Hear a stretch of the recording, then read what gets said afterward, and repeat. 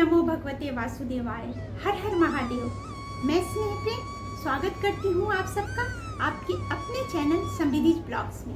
मित्रों, चर्चा होगी श्रावण मास के 5वें सोमवार, जो कि श्रावण मास का अंतिम सोमवार भी पड़ रहा है। कई मित्रों के मन में ये सवाल है कि इस दिन पूर्णिमा तिथि को भद्रा भी लग रही है, तो क्या सोमवार का व्रत रखना है या नहीं रखना है।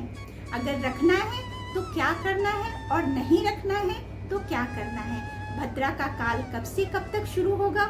इसी दिन रक्षाबंधन भी है, तो रक्षाबंधन के दिन कब भाई को राखी बांधनी है, ये सारी जानकारी मैं आपको इस वीडियो में दूंगी। लेकिन उससे पहले आपसे ये कहना चाहूंगी कि वीडियो को बिल्कुल भी स्किप ना करें, वीडियो के अंत तक बने रहें। और अगर वीडियो पसंद आए तो लाइक कीजिए, शेयर कीजिए, कमेंट्स कीजिए और चैनल पर जो मित्र नए हैं वो इसे सब्सक्राइब करें। तो चलिए हम चर्चा की ओर बढ़ते हैं। मित्रों, श्रावण मास भोलेनाथ को अति प्रिय है और यह महीना बहुत ही पावन महीना माना जाता है। भोलेनाथ को सोमवार का व्रत भी अति प्रिय है। जो भी सोमवार का व्रत रखते हैं, सोमवार के दिन पूजा करते हैं भोलेनाथ की कृपा उन पे बनती है। लेकिन इस बार मन में ये शंका है, ये सवाल है कि पूर्णिमा तिथि को ये सोमवार का व्रत पड़ा है, क्योंकि श्रावण मास का अंतिम सोमवार जो है, जो 5वां सोमवार है, वो पूर्णिमा तिथि को पड़ रहा है, जिस दिन श्रावण मास समाप्त होगा। और पूर्णिमा तिथि को रक्षाबंधन होता है और उसी दिन भद्रा भी लग रही है। तो ऐसे में व्रत को रखना है कि नहीं रखना है। कई भक्तों के मन में ये सवाल है, कई मित्रों के मन में ये सवाल है। तो मित्रों, सोमवार का व्रत जो है वो रखने में कोई भी शंका ना रखें, क्योंकि भोलेनाथ की कृपा जिन पे होती है उनके लिए कुछ भी शुभ और अशुभ नहीं होता है। और कोई भी नक्षत्र का जो प्रभाव होता है, किसी भी काल का जो प्रभाव होता है, वो उस काल में पूजा करने से उसका कुप्रभाव नष्ट होता है। इसलिए सोमवार का व्रत रखने में कहीं कोई शंका नहीं है। सभी भक्त इस व्रत को रख सकते हैं और रखेंगे। इस दिन सोमवार का जो ये 5वां सोमवार जो श्रावण मास का पड़ रहा है, इस दिन बहुत ही शुभ संयोग है, क्योंकि इस दिन 4 योग आपस में मिल रहे हैं और इनके मिलने से एक महासंयोग बन रहा है। एक तो सर्वार्थ सिद्धि योग, रवि योग, शोभन योग और श्रवण नक्षत्र योग, ये चारों योग मिलकर के इस पूर्णिमा तिथि को 5वें सोमवार को अति शुभ बना रहे हैं, अति महान बना रहे हैं, अति महत्वपूर्ण बना रहे हैं। इसलिए जो भी व्यक्ति इस दिन व्रत रखेंगे, जो भी व्यक्ति इस दिन भोलेनाथ की पूजा करते हैं, उनके सारे कार्य सिद्ध होंगे, सारे मनोरथ सिद्ध होंगे। इसलिए मन में कोई शंका ही नहीं रह जाती है कि सोमवार का व्रत रखना है या नहीं रखना है। लेकिन जो मित्र व्रत नहीं रख रहे हैं, जो नहीं रख सकते हैं किसी कारणवश, तो उन्हें क्या करना है कि उस दिन सात्विक भोजन करना है। लेकिन भोलेनाथ की पूजा आप जैसे करते हैं वैसे ही करेंगे, उसके लिए कोई भी काल शुभ और अशुभ नहीं है पूजा के लिए, क्योंकि भोलेनाथ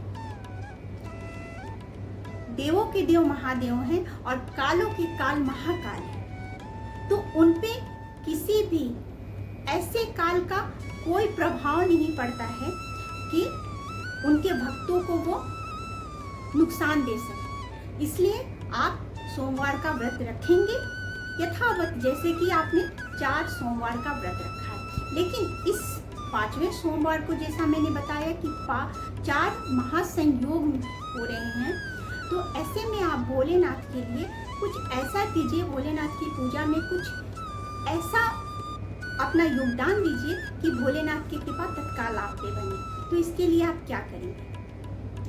इसके लिए करना क्या है आपको कि उस दिन खीर बनाइए और और भोलेनाथ को चढ़ाइए। लेकिन ये ध्यान रहे कि खीर जो आप बनाएंगे वो खड़े चावल का हो, चावल टूटा ना, क्योंकि भोलेनाथ को टूटा हुआ चावल नहीं चढ़ाते हैं, चाहे वो अक्षत के रूप में चढ़ाएं या भोजन के रूप में, प्रसाद के रूप में चढ़ाएं, तो उनको खड़े चावल का खीर चढ़ाएं, इससे भोलेनाथ की कृपा बनेगी। दूसरी चीज, भोलेनाथ को बेलपत्र अति प्रिय है, ये सभी भक्त जानते हैं। भोलेनाथ के जितने भी भक्त हैं उन्हें पता है कि भोलेनाथ को बेलपत्र अति प्रिय है। अब क्यों प्रिय है ये भी बात आती है, क्योंकि जो बेलपत्र है वो विष के प्रभाव को कम करता है। और जब समुद्र मंथन हुआ था तो भोलेनाथ ने विष को, जो समुद्र से विष निकला था, जो हलाहल निकला था, उसे भोलेनाथ ने ग्रहण किया था। उस विष के प्रभाव से भोलेनाथ का शरीर जलने लगा था, उसकी तपन जो है भोलेनाथ को महसूस होने लगी थी। तो ऐसे में देवताओं ने भोलेनाथ को बेलपत्र खिलाया था और बेलपत्र चढ़ाया था, और साथ ही साथ उन पर जल चढ़ाते गए, जिससे भोलेनाथ ने जिस विष को धारण किया था, जिस विष को ग्रहण किया था, उसका प्रभाव कम हुआ था। इसलिए भोलेनाथ को बेलपत्र अति प्रिय है। तो इस 5वें सोमवार को आप कीजिए ऐसा कि 108 बेलपत्र लीजिए। अगर 108 नहीं मिलता है तो जितना भी मिलता है आपको विषम संख्या में लेना है, 5, 3, 11, 7, जैसे भी आपको जो भी मिलता है। लेकिन अगर 108 मिलता है तो अति उत्तम। उस पर आप बेलपत्र पर राम लिखिए चंदन से, क्योंकि सभी मित्रों को पता है कि भोलेनाथ राम को पूजते हैं और हमारे श्री राम भोलेनाथ को पूजते हैं, दोनों एक दूसरे को पूजते हैं। तो भोलेनाथ को राम भी अति प्रिय है। तो आपको वही करना है कि बेल पत्र पर चंदन से राम लिखना है और उस बेल पत्र को चिकने सतह पे राम लिखना है और चिकने सतह की तरफ से भोलेनाथ को एक एक करके चढ़ाना है। और आपकी जो मनोकामना है, जो आप अपना मनोरथ रखते हैं, उस मनोरथ को भोलेनाथ से कहना है। ऐसे तो भोलेनाथ अंतर्यामी हैं, जब भी आप बेलपत्र चढ़ाएंगे वो समझ जाएंगे। लेकिन फिर भी आप उन्हें जब अर्पित करें एक एक बेलपत्र, तो अपनी मनोकामना बोलते जाए मन में। और बेलपत्र चढ़ाने के बाद भोलेनाथ को जल अवश्य चढ़ाएं, क्योंकि जब भी बेलपत्र चढ़ाते हैं उसके बाद भोलेनाथ को जल जरूर चढ़ाते हैं।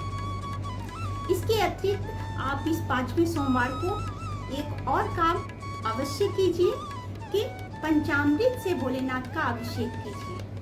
अगर आप हमेशा करते हैं तो बहुत अच्छी बात, लेकिन अगर आपने नहीं किया है अभी तक, आप अभी सिर्फ जल चढ़ाते हैं, तो इस 5वें सोमवार को आप पंचामृत से भोलेनाथ का अभिषेक कराइए। पंचामृत में क्या क्या होता है? दूध, दही, घी, शक्कर और शहद। दूध गाय का, घी गाय का, शहद दही गाय का, शक्कर और शहद। लेकिन जो नगरों में रहते हैं, महानगर में रहते हैं, जहाँ उन्हें गाय का ये सब कुछ उपलब्ध नहीं हो पाता है, तो जो उपलब्ध होता है आप उसमें भोलेनाथ की पूजा कर सकते हैं। क्योंकि पूजा में नियम विधि के साथ साथ जो सबसे महत्वपूर्ण होता है वो होता है भाव। आप पूजा में कम समय दे सकते हैं, वो आपके कार्य पे निर्भर करता है, आपके समय पर निर्भर करता है, लेकिन भाव आपके हाथ में होता है। भाव की कमी नहीं होने देनी चाहिए। तो आप भाव से भोलेनाथ की इस दिन पूजा कीजिए, आपके सभी कार्य सिद्ध होंगे। जैसा मैंने पहले बताया कि सर्वार्थ सिद्धि योग लग रहा है, तो इस योग में पूजा करने से भोलेनाथ की कृपा बनती है। अब बात आती है कि ये भद्र काल कब आरंभ होगा।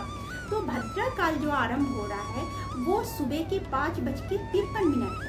19 अगस्त को सुबह के 5:53, यानी कि 5 6:53 AM इस पे भद्रा काल आरंभ हो रहा है और यह चल कब तक चलेगा?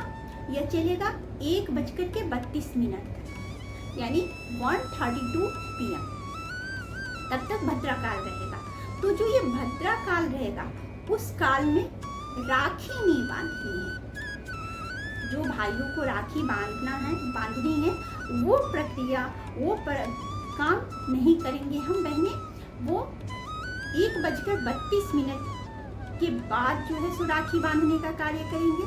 और जो शुभ मुहूर्त है, सर्वाधिक शुभ मुहूर्त जो है राखी बांधने का, वो है 2:07 से शाम के 8:20 तक। तो इस समय अगर आप राखी बांधते हैं भाई के लिए तो अति उत्तम है। अब एक और बात होती है कि इस 5वें सोमवार को माता लक्ष्मी की भी पूजा होगी। माता लक्ष्मी की पूजा क्यों होगी? क्योंकि इसी 5वें सोमवार को रक्षाबंधन का त्योहार पड़ रहा है और रक्षाबंधन के त्योहार के दिन, पूर्णिमा के दिन माता लक्ष्मी की भी पूजा होती है।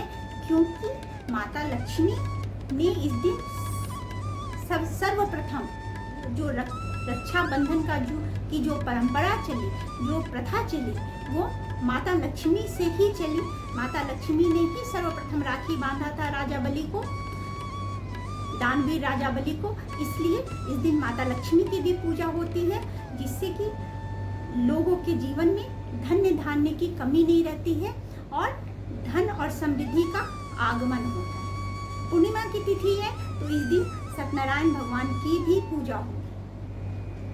इस दिन हम सत्यनारायण भगवान की भी पूजा रख सकते हैं। और 5वां सोमवार है, इस दिन भोलेनाथ को अति प्रसन्न करने के लिए रुद्राभिषेक भी आप करें। इससे भोलेनाथ की कृपा अति शीघ्र बनेगी। तो 5वें सोमवार को जिन भी मित्र के मन में ये शंका है, जिन भी भक्त के मन में ये शंका है कि भद्रा नक्षत्र, भद्रा काल होगा और ये 5वां सोमवारी रखें या ना रखें, वो मन में किसी तरह की कोई शंका ना रखें। ये 5वां सोमवारी बहुत ही शुभ है, बहुत ही शुभ योग देने वाला है, सारे मनोकामना को पूर्ण करने वाला है। इसलिए आप इस व्रत को रखें, भोलेनाथ को बेलपत्र चढ़ाएं, राम का नाम लिख करके, जो भांग होता है, धतूरा होता है, वो चढ़ाएं, पंचामृत से अभिषेक करें और भोलेनाथ की कृपा को पाएं। तो ये है 5वें सोमवार की जो मन की शंका थी, उसकी बात, उसका निवारण मैंने किया, उसकी जानकारी आपको दी। उम्मीद रखती हूँ कि आपको वीडियो पसंद आएगा, तो आप लाइक कीजिए और चैनल को सब्सक्राइब कीजिए। इसी तरह मेरे साथ अपना स्नेह और सहयोग देते रहिए। और आज की ये जो चर्चा है यही समाप्त करती हूँ। आज के लिए विदा लेती हूँ। फिर दूसरी चर्चा के साथ आपके साथ फिर से जुड़ूंगी। तब तक के लिए सुखी रहिए, खुश रहिए, भोलेनाथ की कृपा आप पे बनी रहे।